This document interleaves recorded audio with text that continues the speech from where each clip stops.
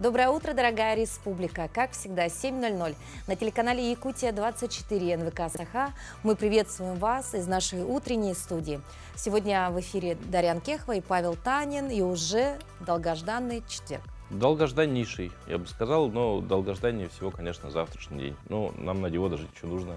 И у нас все получится, и у вас все получится. Почему? Потому что вы начинаете утро с утра Якутии, а значит, день будет прекрасен и, как минимум, в хороших тонах и оттенках он у вас пройдет. Что же будем делать в ближайший почти что час? Ну, мы поговорим о очень важных таких интересных темах. Во-первых, приближающееся лето – это время каникул. Как же детей своих занятий? Об этом поговорим вот буквально скоро. Чуть-чуть осталось подождать.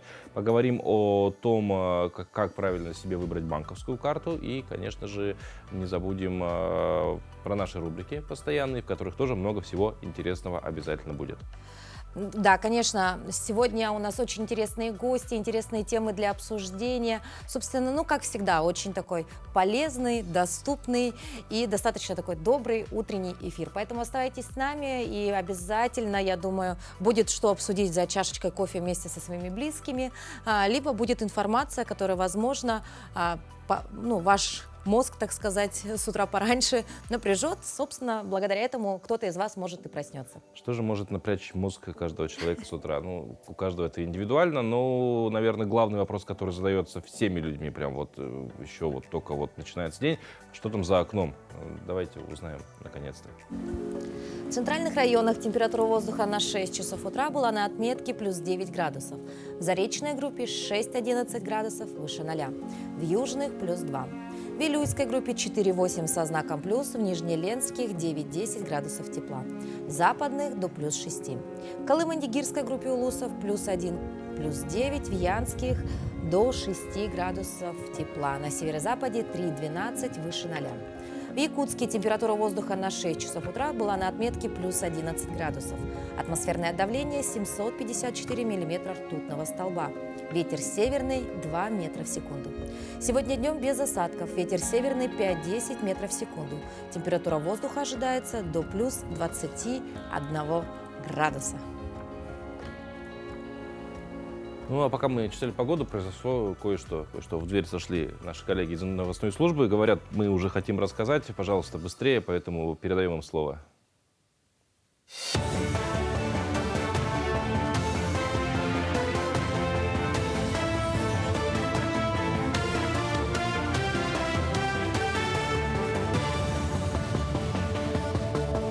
Доброе утро, Якутия. Последние новости к этому часу.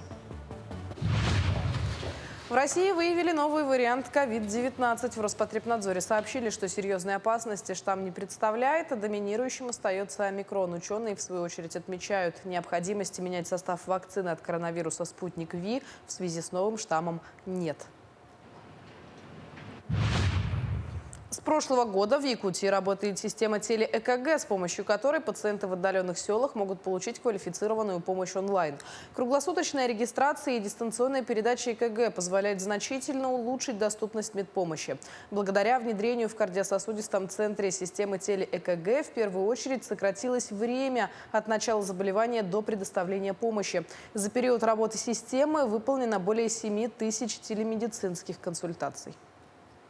Здесь происходит расшифровка электрокардиограмм и суточных электрокардиограмм, поступающих по оптоволоконной линии интернета со всех концов нашей республики. Таким образом, идет полная цифровизация диагностики и для проведения лечения болезней системы кровообращения в нашем центре. На сегодняшний день с начала сезона в Нерюнгринском районе зафиксировали 5 случаев нападения клеща на человека. Однако 4 из них привозные случаи, зафиксированные на трассе со стороны Приморья и Амурской области. Один случай зарегистрирован в Южной Якутии в районе поселка Чульман. Клещи сняты с нерюнгринцев и направлены на исследования в Центральную лабораторию Якутска. В связи с этим Роспотребнадзор обращает внимание на необходимость ежегодной своевременной профилактической вакцинации, которая позволяет обеспечить защиту организма от опасного вируса. И не менее важна неспецифическая профилактика, средства защиты и закрытая одежда в лесных зонах. На текущий момент у нас, в общем-то, серьезно уже начата работа по активной иммунизации посредством применения вакцин противоклещевых. И первую вакцину получили уже более 2500 человек на территории района. А полную вакцинацию прошли уже практически 900 с лишним человек, из них 130 – это дети. Кроме того, проводится серьезная работа по вакцинации работников, заезжающих на нашу территорию со стороны других регионов. И сейчас охват вакцинации против клещевого энцефалита составил порядка 31% от всех работников, приезжающих для работы вахтовым методом. Сельские хозяйства Ленского района приступили к посевной кампании. В этом году планируется посадить 534 гектара картофеля и 89 гектаров овощей открытого грунта. В районе посадкой овощных культур занимается 27 крестьянских хозяйств. В селе Южная Нюя предприниматели уже приступили к посадке картофеля, а также моркови. Из бюджета района в этом году выделили более 3 миллионов рублей на приобретение семенного картофеля и его доставку. 9 крестьянских хозяйств получили средства на приобретение минеральных удобрений и покупку техники. Нынче планируем увеличение картофеля у нас увеличится на 2%, а овощи на 5%. Вот. Ну, на сегодняшний день, вот, буквально вчера информация поступила у нас по Нюе. Южная Нюя уже начала посадку картофеля. Также посадили морковь, свеклу по гектару. Ну, это уже Нюя. Посевной все готовы. Цирковой турнир дальневосточных цирковых коллективов «Арена дружбы», в котором примут участие представители Государственного цирка республики и семья Габышевых, состоится 24 мая на площадке Международной выставки «Россия». В ходе турнира Габышевы представят яркий динамичный номер с национальным колоритом в разных жанрах жонглирования, используя несколько предметов.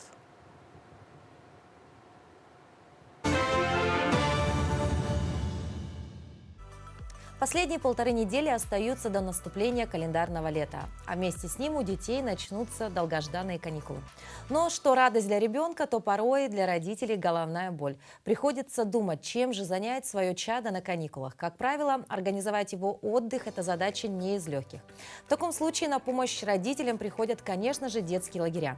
Как же выбрать лагерь и на что стоит обратить внимание? Подробнее об этом нам расскажет старший методист Республиканского ресурсного центра «Центр отдыха и оздоровления детей «Сосновый Бор» Александр Хабаров. Доброе утро, Александр. Доброе утро. Ну, в целом, вообще, сколько в этом году, есть ли информация, сколько лагерей в этом году в летний сезон будет готово принимать детей? Да, такая информация, конечно, есть. У нас вот в этом году в республике откроется около 555 лагерей, которые уже вот начиная с января месяца они готовились. Для открытия лагеря обязательно нужно вхождение в реестр наш. То есть пройти все проверки от надзорных органов. То есть получить условное удостоверение, Да, что... да. 500 лагерей, а где же они все? Я просто родитель, да? Или вот эти частные лагеря, которые на полдня, это тоже уже полноценные, да? Нет, вот сейчас все расскажу. то есть Хорошо. по порядку. Ну, вот как раз про виды лагерей. Да, мне вот стоит у поговорить. нас вот около 45 именно загородных стационарных лагерей по всей республике. То есть около 40 лагерей труда-отдыха, 33 палаточных лагеря и, конечно, большая часть из них – это лагеря дневного пребывания, то есть пришкольные лагеря. Вот что можно отметить, что у нас количество лагерей выросло по сравнению с прошлым годом примерно около на 100 лагерей. То есть еще Да. очень так звучит лагеря труда. Вот. Ну, Ну а в целом, да, вот несколько классификаций, как понимаем, есть. Чем у них вот кардинальное различие может быть между собой? Понятно, что лагерь дневного пребывания — это ты утром привел ребенка, вечером его забрал. Да. А тот же вот лагерь труда и отдыха. В чем его? ну, в основном, конечно, лагеря труда-отдыха у нас в сельской местности. То есть это они работают на посевных хозяйствах, ну, копают картошку, садят картошку, можно сказать так, да. Сенокос тоже очень популярный у нас. То есть а для городских ребят это больше вот либо стационарный вариант, да, когда уезжаешь на целый сезон, да, либо вот лагеря дневного пребывания, да? Да. А вы сказали еще палаточные лагеря. А это что? И где? Ну, это, скорее всего, уже тоже, то есть это туристско-краеведческое у них направление в основном. Всё. То есть тоже на несколько дней Ушли в поход Да. и вернулись. Да. и в лесу где-то обитают. А вот на что внимание стоит обратить при выборе лагеря? Вот Родители. тоже, да. Мгм. Ну, как я сказал, это тип лагеря и, конечно же, направленность лагеря. То есть направление может быть разное. Это художественное направление, это вот туристско-краеведческое, техническое направление. То есть вот вообще с этим списком, со всеми списками можно ознакомиться у нас на портале. Он называется сахаотдых.детей.рф. То есть там родители могут найти каждый лагерь, который находится... Вот из этих 500. Да. Да, и также его направление есть. Александр, а какие были приняты меры в связи с паводком? Да, вот буквально уже вчера к нам уже в Сосновый Бор поступило 107 детей из Намского Луса. То есть они проходят в первую очередь, да? Да, в первую очередь. Также ожидается именно уже с июля месяца, то есть, примерно в отдыхе сейчас нуждается около 329 детей. То есть они все будут охвачены. Это мы говорим про категорию, которая пострадавших во время Да, паводка, да. естественно. Также в первую очередь проходят, наверное, дети, Конечно. родители, кто сегодня служит Да, на зоне да. СВО. Ага. По мерам поддержки у нас впервые в этом году мы также эти дети могут отдохнуть не только в пределах республики, но за пределами. То Тоже есть в мы лагерях, уже, но... Да, на Черноморском побережье. 1 июня мы уже отправляем первую группу детей. Они отдохнут. А на сегодняшний день есть еще возможность родителям пристроить своего ребенка на летний отдых хотя бы вот на первый сезон? Или мы например, уже, да? в принципе, про Опоздали. опоздавший поезд Опять говорим. же, нужно говорить про бюджетные места и про платные места. Да, запись у нас началась 15 мая, то есть на портале госуслуг. И также вообще стоит отметить, что у родителей есть два пути именно. Подать через госуслуги, либо уже пойти непосредственно в само учреждение с личным заявлением. Сейчас примерно 80% на первый сезон уже набрано. То есть уже, возможность попасть еще есть. конечно, возможность на второй и третий сезоны. Ага. Сезон, он идет... Начинается от 14 до 21 дня. Ага. То есть, условно месяц. Да. Ага. Ну что, дорогие родители, позаботьтесь, конечно, о отдыхе своего ребеночка уже сейчас. Как сказал наш утренний гость о том, что в принципе места еще есть, но нужно постараться на первый сезон, ну а на второй, на третий, конечно, Посвободнее. посвободнее. Поэтому поторопитесь. Я думаю, возможность есть, и самое главное было бы желание. Да. Спасибо Александр, большое. спасибо, да, удачи, успехов в работе. Ну и, конечно, желаем всем родителям решить вопрос летнего отдыха для детей так, как вы хотите его решить. Ну а мы продолжаем, говоря опять же про летний отдых. Его плюс в чем? Это, конечно же, необходимая для детей активность и подвижность. Но активность жизни нужна не только детям, но и взрослым. Малоподвижный образ жизни рано или поздно обернется негативными последствиями для вашего организма. И самый простой способ нагрузить себя минимальной хотя бы активностью — это что? Утренняя зарядка. Конечно, а наш спортивный инструктор в этом вам всегда поможет. Доброе утро, меня зовут Александр, я являюсь фитнес-тренером. Сегодня мы с вами проведем суставную разминку, которая будет полезна как и взрослым, так и детям. Встаем и повторяем за мной. Наклоны вправо-влево, голова. Делаем все по 8 раз. 4, 3, 2, 1. Вперед-назад, вперед-назад, вперед-назад. Хорошо растягиваем шейные позвонки. Выполняем суставную разминку без рывков. Все плавно. Мы пробуждаем свое тело. 4, 3,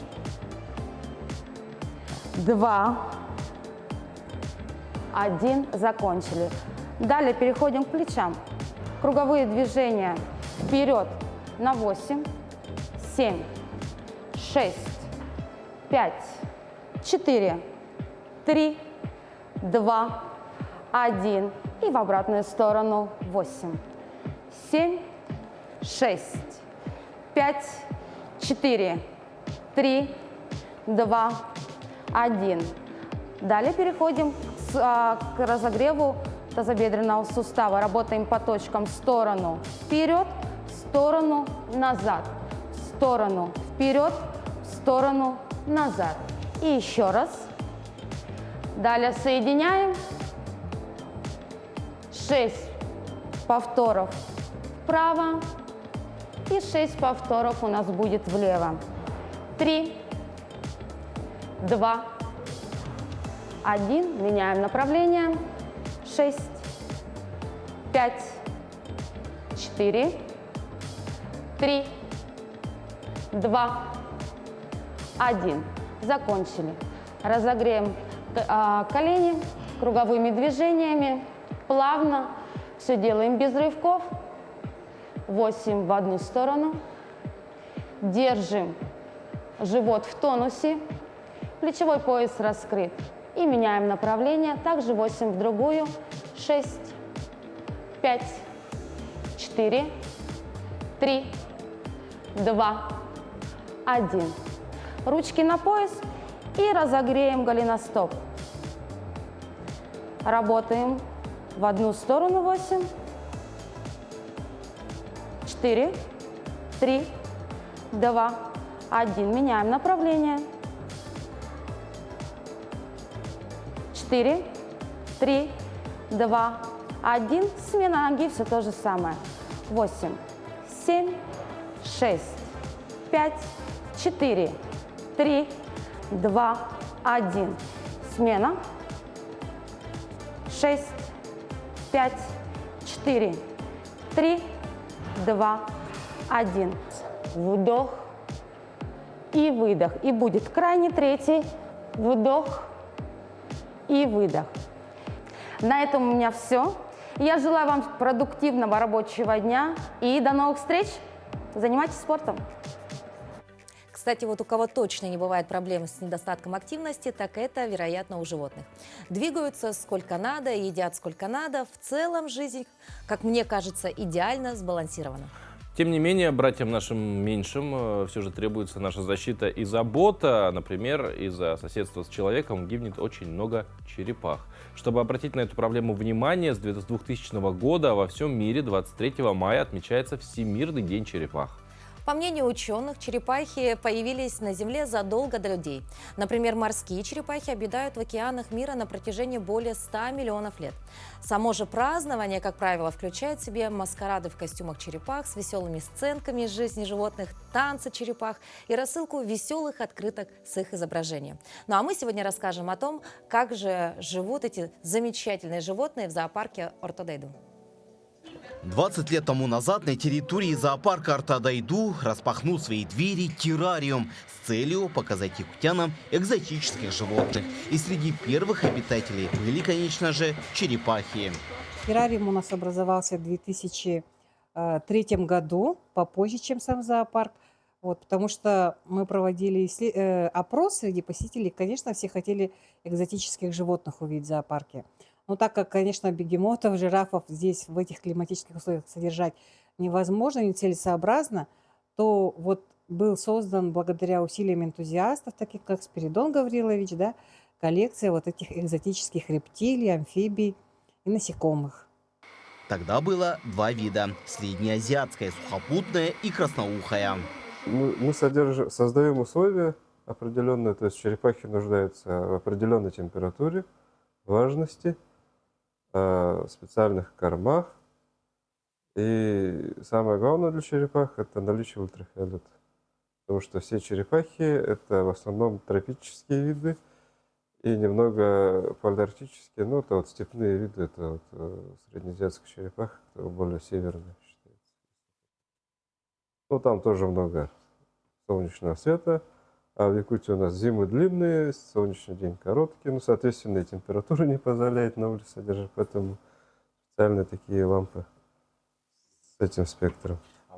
Сегодня на искусственно созданных условиях содержится 5 видов черепах. 3 из них представлены гостям зоопарка, 2 пока спрятаны от людских глаз. Это вот среднеазиатская черепаха населяет Среднюю Азию, то есть территорию бывшего Советского Союза. Это Казахстан, Узбекистан, Таджикистан, Туркмения. В 80-е, 90-е годы ее часто привозили в зоомагазины ну как такой распространенный вид был. А сейчас законодательство ужесточилось, и их в зоомагазинах не продают. Но вот эти черепахи, у нас они молодые. Это здесь сидят две самки и два самца. Самцы они меньше размером. Ну вот эта самка, вот ее видно вот крупным планом, у нее неправильная форма панциря. Она нам передали ветеринары. Ее нашли в подъезде, у нее был перелом панциря. Вот он сросся. Вот видно шов. Да, и вот из спичечного коробка она в такую крупную черепаху выросла. По словам зоолога, содержать в террариуме экзотических животных очень трудоемкая и ответственная работа. Ведь такие животные требуют к себе особого внимания, тем более в наших суровых якутских условиях. Уборка очень много времени занимает, практически ежедневно. Чтобы создать черепахам условия, то, соответственно, надо оборудование, это фильтра, это хороший большой аквариум, чтобы черепаха имела выход на сушу, потому что хоть она и водная, она должна все равно обсыхать. Это для ее кожи надо. И черепаха, она довольно, всеядная, но больше в сторону хищничества. Соответственно, в основном ее кормят размороженной рыбой, а рыба очень воду портит. Соответственно, неприятный запах в квартире появляется. У нас вот была такая проблема, что люди пытаются нам отдать этих черепах, но мы не можем их принимать. Потому что есть определенные правила и законы со стороны ветеринарного контроля. То есть это нужны справки, соответственно, еще плюс, чтобы создать такому большому количеству экземпляров красноухой черепахи, у нас физически места не хватает. Так что прежде чем приобрести экзотическое животное, вы должны подумать 100 раз, чтобы не навредить как себе, так и животному. Раздавать их налево и направо тоже нельзя. А в зоопарках, как уже было сказано, приобретать животных с рук запрещено. Ведь это опасно его обитателям как в плане здоровья, так и в плане безопасности. Дмитрий Тымыров, Якутск. Как здорово, да? Вообще, в принципе, сегодня вот встречать утро с программой «Утро Якутии» — это вообще очень добрая традиция уже. И с черепахами. Это такая добрая традиция, потому что действительно у нас сюжеты, да, как про интересных людей, так и про животный мир, про полезные советы. Есть у нас и рубрики специалистов. Ну, вообще очень полезная, мне кажется, передача. А еще круче всего, знаешь, с кем утро встречать? С черепашками-ниндзя. Паша.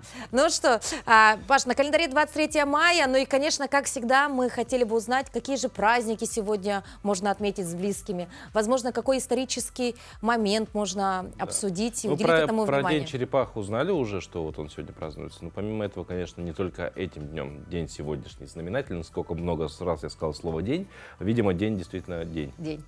Ну что, давайте узнаем, какими же датами и событиями запомнился этот день.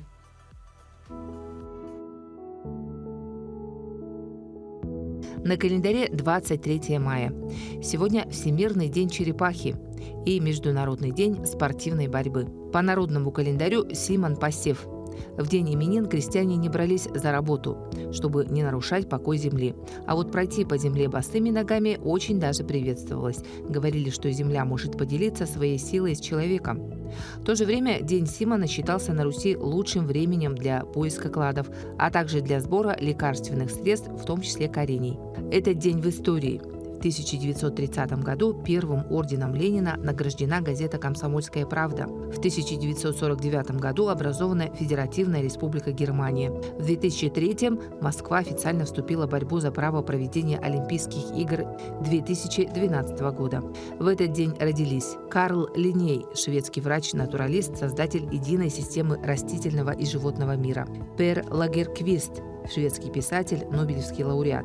Григорий Чухрай, советский кинорежиссер, сценарист, педагог, народный артист Советского Союза. Михаил Багдасаров, советский российский артист цирка, дрессировщик хищных животных. И Анатолий Карпов, российский шахматист, 12-й чемпион мира по шахматам, общественный деятель. Именины сегодня отмечают Василий, Кирилл и Таисия. Ну, а вообще, в мае у нас ознаменовался, наверное, самым главным праздником в истории нашей страны. Это День Победы. Мы его вот 2 недели назад буквально отмечали. Между тем, всего 12 ветеранов тыла осталось в живых в Хангаласском Улусе на начало этого года. Ряды тружеников времен Великой Отечественной войны редеют среди немногих доживших до наших дней ветеранов, выделяют Феклу Егорову из села Титары. Ей в этом году исполнилось 98 лет. Она единственная уцелевшая мать-героиня в южных наслегах района, а также основатель педагогической династии. Подробнее о ней расскажет Виолетта Засимова. Фекла Егорова родилась в 1926 году в местности Хареялах в Титаринском наследии. Юность героини сюжета пришлась на годы войны. В то время ее мать работала на ферме и присматривала за стадом телят в 60 голов. А Фекла при помощи 2 бычков несколько раз в день привозила им корм. Однако этих бычков завезли откуда-то из другого региона, и они понимали только русский язык. Они по-якутски не знают. А я по-русски тогда плохо знаю. И вот кое-как управилась с этими быками. Возила осенью 3 раза в день воск. А зимой эти короткие дни 2 раза только. В 1944 году Феклу в качестве поощрения отправляют в Якутск поступать на педагогический рабочий факультет, где по окончании она получает специальность учитель начальных классов и возвращается в родное село. Здесь выясняется, что учителей начальных классов достаточно, но зато не хватает учителей точных наук. Хочешь не хочешь, а профиль пришлось срочно менять. Я вот работала в 5-7 классах.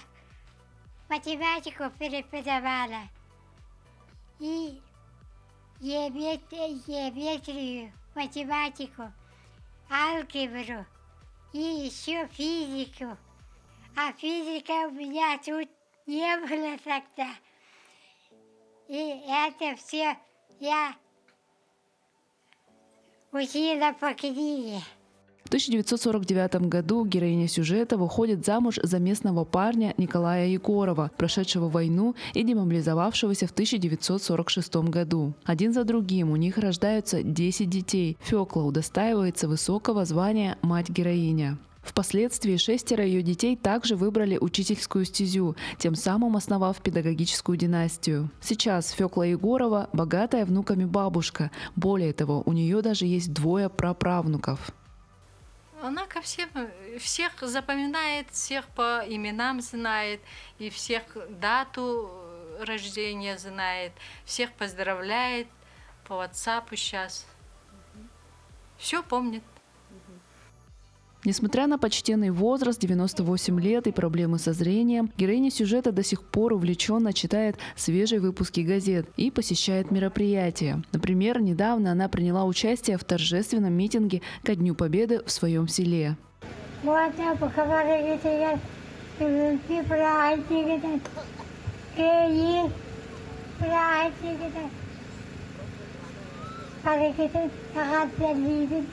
История жизни Феклы Егоровой – это история не только одной женщины, но и всей эпохи, всего поколения, которое прошло через войну. И нам важно помнить их бесценный вклад в наше общество.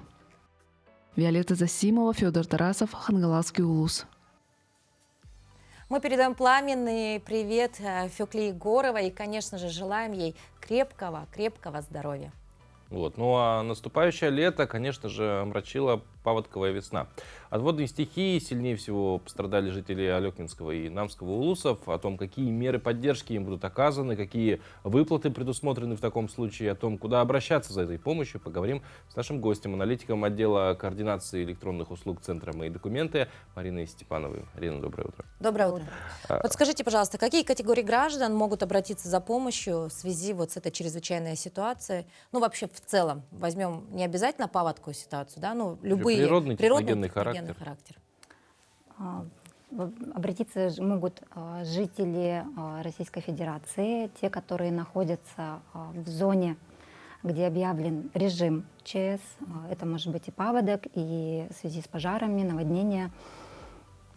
Тех, у которых нарушены условия жизнедеятельности, которые потеряли имущество первой необходимости во время такой чрезвычайной ситуации, у которых нарушен вред здоровью, нанесен вред здоровью и погибли члены семьи во время чрезвычайной Соответственно, ситуации. а на какие выплаты могут они надеяться, да, ну и вообще, что предусмотрено для пострадавших граждан? Ну, сейчас в нашей, например, ситуации, да, жители Алёкминского и Намского районов могут обратиться на следующие виды государственной поддержки. Это назначение мер, назначение выплаты единовременной материальной помощи всем пострадавшим во время паводка. Далее это назначение выплаты финансовой помощи, это при утере имущества первой необходимости. Также назначение выплаты единовременного пособия гражданам, получившим в результате паводка вред здоровью, и в случае смерти обращаются члены семьи. Есть ли какие-то сроки? По срокам, да, конечно. Первые две выплаты, единовременная материальная помощь и финансовая помощь при утере имущества, подается в течение 30 календарных дней. То есть тут нужно успеть до 19 июня текущего года. Следующие меры поддержки можно в течение года подать, до следующего, 19-го. Ну а самое-то главное, да, то есть, ну, нельзя же просто прийти, вот дайте мне помощь, нужны какие-то документы, и подтверждающие в том числе право на выплаты или нет, или... Что нужно с собой принести? В случае, да, если все утеряно, к примеру, да, ну, паводковая ситуация уже пришла к нам внезапно, да, и у многих жителей, возможно, даже и нет этих документов. Чтобы подать документы на вот эти меры поддержки, обязательно нужен паспорт.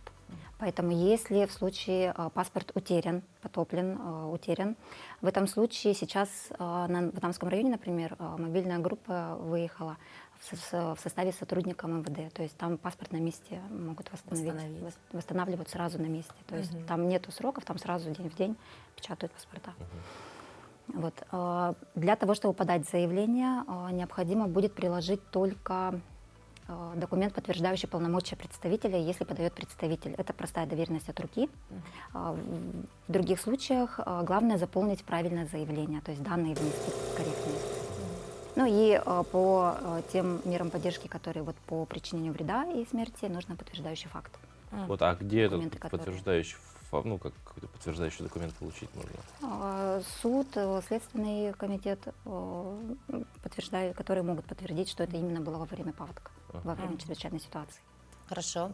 И какие критерии определяют право на материальную помощь для малоимущих семей? Это поддержка именно нашего Министерства труда и социального развития. Документы могут подать граждане, которые являются малоимущей семьей, либо малоимущим гражданином, одиноко проживающим. Те, которые постоянно проживают на территории Республики Саха-Якутия и у которых доходы ниже прожиточного минимума. Ну, собственно... Все понятно, Все да? понятно. Самое главное здесь, да, это что у нас вот единственный срок, который нужно соблюдать, это до 19 июня нужно подать на 2 выплаты, да? Да, Поэтому поторопиться. Все верно. Единовременная материальная помощь и финансовая поддержка. Ну а далее в течение года можно обратиться в центр «Мои документы», да, и, собственно, получить уже последующие выплаты, да? Да, если всё- на то имеется подтверждение. Все верно. Обратиться можно в любом офисе центра «Мои документы», независимо от местонахождения. Сейчас у нас еще работают мобильные выездные группы в Намском районе. Можно обратиться. Также в местной администрации заявление принимает.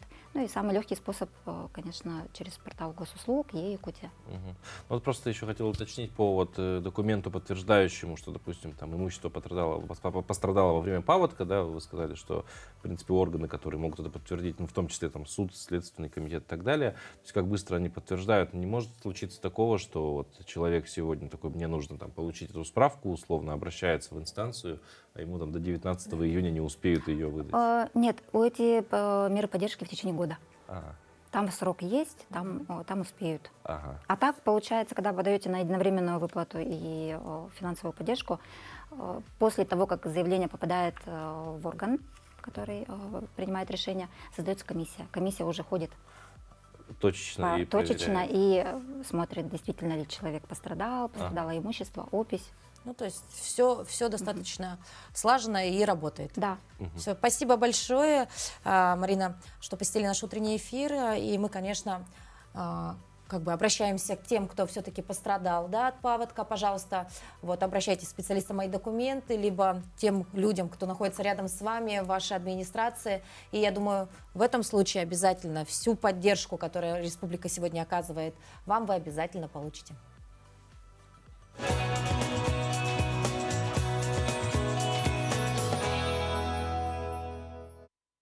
Ну а тем временем каждый из нас хочет получать красивые кадры, подчеркивающие достоинства нашей внешности и скрывающие ее недостатки. Для этого необходимо знать, как правильно позировать на фотосессию, уметь показывать себя с выгодных ракурсов. На самом деле есть секреты, зная которые можно более выигрышно получаться на снимках. Вот я, к сожалению, их не знаю. Ну, в теории знаю, на практике не принимаю. Но вот подробнее об этих хитростях расскажут вам наши коллеги. Не любите фотографироваться? Вы просто не умеете позировать. А это просто. Начнем с общих советов. Если вы чувствуете себя немного деревянным, начните ходить, кружиться, прыгать. Делайте все, что нужно, чтобы заставить энергию внутри вас двигаться. Теперь приступим к позированию. Допустим, вы решили устроиться в кресле. Хочется откинуться назад, удобно развалиться в кресле, но вальяжная поза сделает фигуру бесформенной. Чтобы выглядеть на снимке изящной и стройной, садимся на край кресла. Держим спину вертикально, слегка разворачиваем корпус, выводим плечо вперед, одну ногу выпрямляем. А также не забывайте тянуть носок вперед. На фото это выглядит красиво. Разница очевидна. Задача чуть сложнее. Принять красивую позу, сидя на полу. Сидеть клубочком, похоже на испуганного воробушка. Чтобы выглядеть уверенно, расправляем спину и разворачиваемся в сторону камеры. При этом вам должно быть удобно, а поза должна выглядеть естественно и непринужденно. Вот теперь другое дело. Вы удивитесь, но сложнее всего позировать стоя. Не стойте на двух ногах равносильно. Всегда переносите вес с одной ноги на другую. Запоминайте, бедро отводим чуть в сторону, одна рука на талии, другая расслабленно висит вдоль тела. Загадочно смотрим вдаль. Ну вот и все. С удачной фотосессией. А вообще, мужчина после 30 фотоется всегда одинаково, это вот это селфи. Такое Ну, не только мужчина, многие девушки делают так же. Так же, да? Да, раскройте секрет. К вопросу, что ты тоже, да, не особо секреты фотографирования до этого момента не знала. Ты знаешь, в этом случае помогают подростки. Вот сегодня подростки владеют гаджетом очень хорошо, и действительно вот эти все приложения, фотошопы, вот они тебя научат всему. Поэтому, если вдруг есть вопрос, обращайся к подросткам. Да. Но у подростков тоже есть вопросы, и, наверное, самый главный вопрос с детства в нашей жизни — это кем хочешь стать, когда вырастешь. Причем, опять же, задается он не только в детстве, а можно задавать его всю жизнь, ведь открывать для себя новые горизонты, искать себя никогда не поздно, просто с возрастом это становится чуть труднее. Ну а мы, в свою очередь, рассказываем о тех, кто на этот вопрос уже ответил. Сегодня в рубрике «Моя профессия» мы расскажем вам, пожалуй, об одной из самых уникальных работ – работе бортпроводника. Меня зовут Анна, я работаю бортпроводником в авиакомпании «Якутия». В авиации я с 2007 года пришла практически 18 лет. В авиацию я попала случайно. Однажды вечером мне позвонила подруга и сказала: завтра будет кастинг на бортпроводника, давай попробуем. Конечно, я сперва сомневалась в этом, но потом подумала, ладно, и вот в итоге я здесь уже столько лет. На самом деле профессия бортпроводник очень уникальна, так как она в себе совмещает очень много разных профессий. И самая главная наша задача – это обеспечить безопасность пассажиров на борту и принимать быстрые, четкие, ясные решения, уметь разрешить конфликт на борту, получается быть коммуникабельным, общительным. И должно быть желание помогать людям. Наш рабочий день начинается очень рано, так как вылеты практически всегда ранние. Приходим на рейс за 1,5 часа до вылета. Начинается с брифинга, где старший бортпроводник распределяет обязанности по номерам. Каждый номер отвечает за свою зону ответственности. После этого мы идем на медстарт, проходим врача, где нам измеряют температуру, пульс и уже допускают на вылет. Наша работа очень интересна, романтична, но в то же время очень сложная и трудная, как эмоционально, так и физически. Поэтому, прежде чем пойти, нужно хорошо подумать, но это того стоит. Везет, конечно, представителям летных профессий, ведь у них не жизнь, а сплошное путешествие. Хоть, конечно, и со своими тяжелыми, я бы сказала, нюансами. Ну а чем другие люди хуже? Есть много способов побывать там, где, казалось бы, никогда не окажешься. С этой задачей прекрасно справляются искусство, в частности, кинематограф. Сейчас в нашей афише узнаем, куда и зачем можно будет отправиться с сегодняшнего дня в кинотеатрах.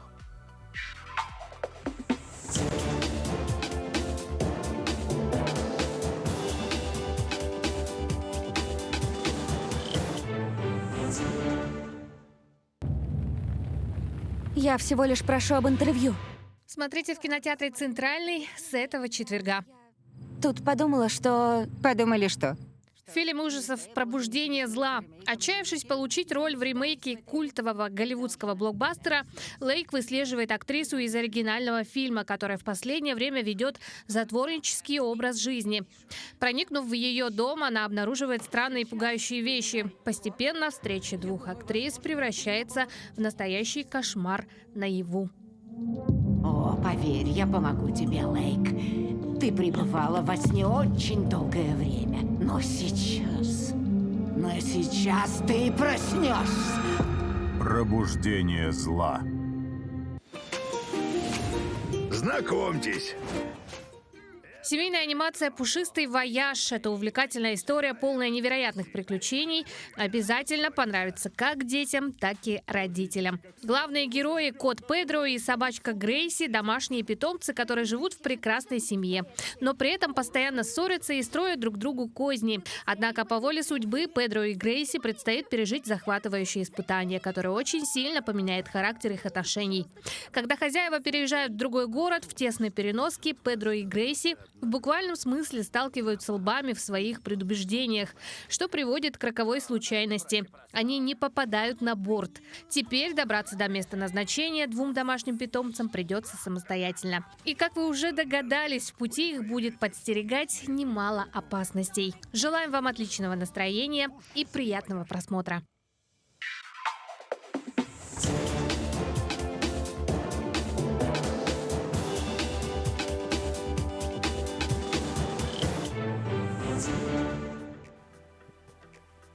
Но вот еще, к сожалению, не было упомянуто об одном фильме, который сегодня в прокат выходит, наш российский. Я за него всем сердцем, душой.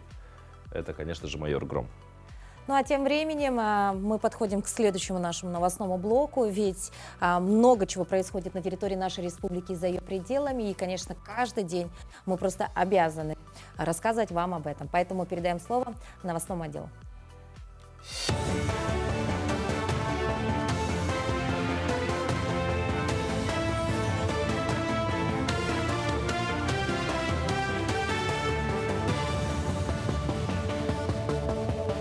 Мы продолжаем освещать самые заметные события. Доброе утро. Ростех представил систему противодействия кибератакам. Система осуществляет анализ поведения объектов в почтовом и интернет-трафике, контроль сетевой активности и проводит анализ аномалий на основе собранных данных. На основе полученных данных система генерирует предупреждения для проведения расследований сотрудниками информационной безопасности. В результате расследования работник, проводящий экспертную оценку, может определить, несет оно угрозу или нет. Свыше 54 километров опорные сети автодорог республики приведут в норматив в рамках реализации нацпроекта «Безопасные и качественные дороги». Так, в этом году дорожные работы по реконструкции и ремонту идут на региональных автодорогах НАМ, УМНАС и Муктуя, входящих в опорную сеть региона. Также в окончательном виде обеспечат безопасный и комфортный проезд по четырехполосной автотрассе до этнографического комплекса Юскатын протяженностью 18 километров. Заниматься предпринимательской деятельностью или расширить подсобное хозяйство. Все это удается инвалидам при заключении социального контракта. Раньше из-за повышенной пенсии им не удавалось получить финансовую поддержку. Сейчас по специальной программе их доход учитывается в размере 1,5 прожиточного минимума. Так, 83 человека с инвалидностью подписали соцконтракты. Они защитили бизнес-проекты и получили господдержку до 500 тысяч рублей. Если ранее, учитывая их пенсии, мы отказывали, что у них превышение доходов, да, то есть они в категорию малоимущих граждан не входили, то с прошлого года по этой специальной программе доход мы смотрим в 1,5-кратном размере прожиточного минимума. Это значит 34 тысячи на душу, на члена семьи. Люди с инвалидностью могут обратиться за консультацией к нам, либо в мой бизнес. Мой бизнес помогает всем гражданам, которые хотят заключить с нами социальный контракт, бесплатно консультирует по поводу заполнения бизнес-плана. Настоящий праздник подарит 11-й Всероссийский фестиваль классического балета «Стерх». С 31 мая по 7 июня в столицу республики съедутся артисты Большого и Мариинского театров из Москвы, Петербурга, Новосибирска, Уфы, Алматы и Минска. За неделю зрители увидят настоящие шедевры русского балета. Это произведения «Лебединое озеро» Чайковского, «Баэдерга Пятипы», «Спартак» Хачатуряна. Закроет фестиваль постановка «Сияющий камень» Герасимова, а также гала-концерт с участием известных гостей фестиваля. Напомню, последний раз фестиваль балета «Стерх» проводили в 2019 году. Группа балета, мы готовимся и очень ждем наших гостей, и очень ждем наших дорогих зрителей. Приходите посмотреть на наш праздник, на наш фестиваль, на балетное искусство, на красоту. Спектакли у нас идут с 18:30. Это 2 число, 5 число, 31 мая получается. И 7 июня у нас пройдет закрытие фестиваля, гала-концерт и премьера балета «Сияющий камень». В Якутске начались тренировки по художественной гимнастике к участию в 8-х международных спортивных играх «Дети Азии». Всего представлять Якутию будут 16 спортсменок в 2 сборных командах. Первая тренируется в Москве в центре подготовки Ирины Винер, вторая в Якутске. В основном составе состоят спортсменки из клуба «Либерти» и одна девочка из Хангаласской ДЮСШ. На соревнованиях гимнастки будут выполнять групповые упражнения, участвовать в командном зачете и выступать в индивидуальных программах. Девочки у нас тренируются 2 раза в неделю по 7 часов, с 10 до 2 и с 4 до 7, 6 дней в неделю. У нас соревнования начинаются 27 июня, 26 опробования, да, вплоть до игр у нас будет такой режим. Плюс сейчас девочки пройдут еще 2 турнира, один городской, республиканский, и в середине июня еще одни учебно-тренировочные сборы прям вплотную к играм. Они уже будут такими контрольными сборами для них. У нас есть четкий план. Сейчас мы делаем последние уже корректировки упражнений, именно по упражнениям. А сборы, которые будут в июне, они уже будут такими подводящими. К этому часу это все новости. Эфир телеканала продолжит программа «Утро Якутии». Оставайтесь с нами. Ну а мы продолжаем наш утренний эфир. Сегодня нельзя представить жизнь современного человека без банковских карт. Кроме как средства платежа, современная банковская карта – это еще и мощный инструмент, облегающий его жизнь, да, вообще просто облегчающий жизнь владельца. О возможностях современных банковских карт сейчас поговорим с региональным управляющим Альфа-банка Сергеем Дрыгиным. Доброе утро. Доброе. Ну, коль скоро заговорили, да, про банковские карты. Главный вопрос всегда. Сегодня предложение огромное множество. Банковский сектор у нас крупный, разные предложения, продукты и так далее, в том числе в виде пластиковых карт. Как правильно все-таки выбрать дебетовую карту и какие критерии нужно учитывать? Знаете, на самом деле действительно очень большое количество карт представляется. И, наверное, 3 основных критерия при выборе дебетовой карты – это то, что она не должна, во-первых, принести вам дополнительные расходы в виде годового обслуживания, она вам должна быть совершенно бесплатна. Не должно быть плата за уведомления, списание, поступление денежных средств. Второй критерий – это все мы совершаем переводы по карте. Соответственно, карта должна вам обеспечить переводы как себе внутри банка, так и на другие сторонние банки, как себе, так и другим лицам, тоже совершенно бесплатно, вне зависимости от суммы перевода и того лица, кому переводите. Ну и третий критерий, наверное, это рано или поздно все равно мы пользуемся наличными денежными средствами. Соответственно, при выборе дебетовой карты надо выбирать ту карту, которая максимально бесплатно может быть использована для снятия средств в любых банкоматах, ну, в большем количестве банкоматов, а в идеальном случае в любых банкоматах на территории России, чтобы можно было снять бесплатно денежные средства по карте. А что касается кредитных карт, да, многие люди до сих пор воспринимают кредитки как дополнительную долговую нагрузку, да? Ну, несомненно, кредитная карта, это под словом кредит подразумевается взятие денежных средств в долг.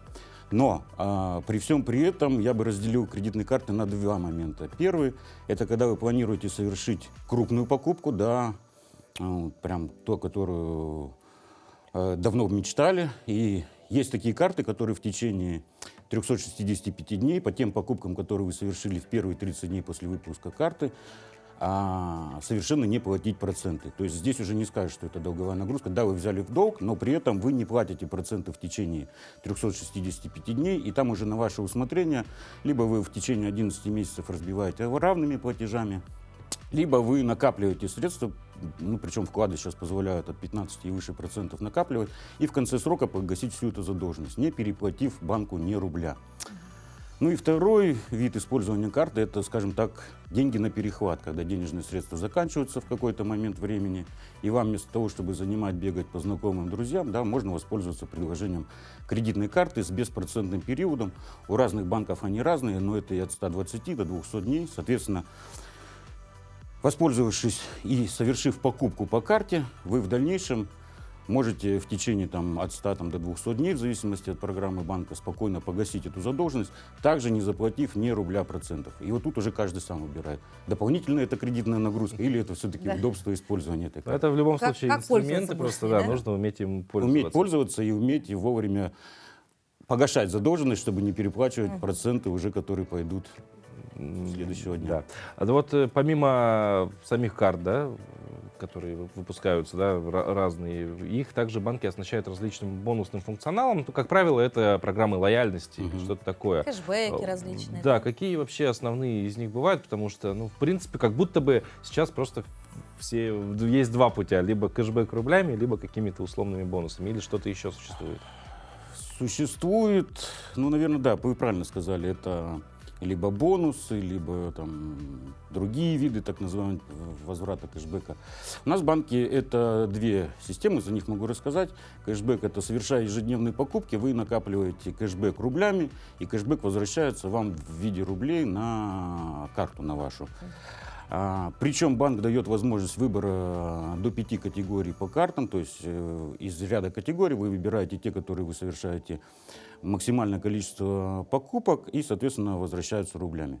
Вторая программа, которая существует, это помимо рублей есть еще накопление миль, так сказать, travel карты, да? Это в основном для тех, кто путешествует много, перемещается, бронирует отели, покупает авиабилеты, ЖД-билеты.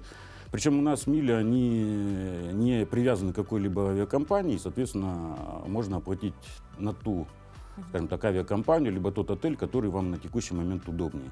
И эти две программы, они между собой, скажем так, различаются. Можно завести две карты, одну обычную дебетовую, вторую travel, и, соответственно, накапливать как в рублях. Если у вас по этим категориям больше процент накопления в рублях, соответственно, вы используете карту рублевую. Если вы решили переключиться и накапливать мили, вы оплачиваете другой картой по другим категориям и копите, соответственно, как рубли, так и мили. То есть этот процесс можно совмещать? Запараллелить, да, и если есть у каждого банка своя определенная максимальная сумма кэшбэка, если вы ее достигли, вы можете дальше совершать покупку другой карты. Соответственно, накопив максимально здесь кэшбэк, можно накопить максимально здесь кэшбэк и получить от банка все возможные удовольствия.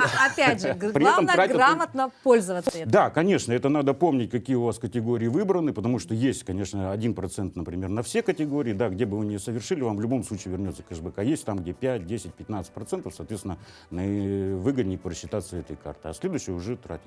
Соответственно, причем банк, при этом вы ничего не совершаете, кроме как ежедневные свои траты совершаете по карте. То есть нужно вот все время быть на чеку, так сказать, да? Все время понимать. То есть ты зашел в аптеку, вспоминаешь, а на какой карте кэшбэк-то побольше, да? Здесь у меня на лекарства, здесь да, у а меня здесь на мили автомасла. надо, да, здесь надо мили накопить. В общем, в принципе, ну, это не сложно. Наверное, потом это будет происходить на автомате. Главное вникнуть в эту тему. Конечно, это для тех, кто любит получать от банка все, а не только платить проценты. Ну и, соответственно, да, 4 категории, я думаю, не сильно сложно запомнить. Если даже забыли, платите картой, 1% вам в любом случае будет возвращаться кэшбэком. Ну и вот вопрос такой уже больше организационного, да, скажем так, характера, да, все мы устремлены в будущее, постоянно развиваемся, в том числе и банковский сектор не стоит на месте, но по большей части банк контактирует со своим клиентом всегда через офисы. Вот офисы будущего, они какие вообще, как их сегодня представляют и какие уже движения туда есть? Ну, офисы будущего, ну, вот смотрите, все, наверное, уже привыкли совершать операции с банком в приложении онлайн, да? И в то же время представляют банк, это где надо прийти, занять очередь, сидеть, там тебя... Полдня отсидеть. Да, там талончик 31, подойдите к окну 6, да, как бы обезличенно, такой вот ты чувствуешь себя талончиком, который должен подойти к окну 6. Офис будущего должен совмещать в себя эти две функции, и цифровое обслуживание, и удобство совершения операций. То есть, приходя в банк, клиент должен сесть удобно, комфортно в том месте, где ему нравится, разместиться в кресле, выпить чашечку кофе. И к нему должен подойти менеджер обслуживать. То есть совместить два, скажем так, диджитал офиса, это совмещение физического обслуживания и онлайн-обслуживания в одном месте в офисах. Ну и, конечно, офис должен быть дружелюбный, то есть это есть возможность, чтобы там твой питомец, особенно зимой, не мерз на улице, вы его могли привезти. Но офисы будущего уже ворвались в нашу жизнь, и вот наш офис — это офис будущего. Да? Спасибо большое за такую полезную информацию. Напоминаем вам о том, что сегодня в нашей студии был региональный управляющий Альфа-банка Сергей Дрыгин. И он попытался помочь нам разобраться в банковских картах. Очень все емко было рассказано и понятно, самое главное. Вам хорошего дня, дорогие телезрители. Завтра вновь увидимся. Прекрасного, доброго утра. До новых встреч.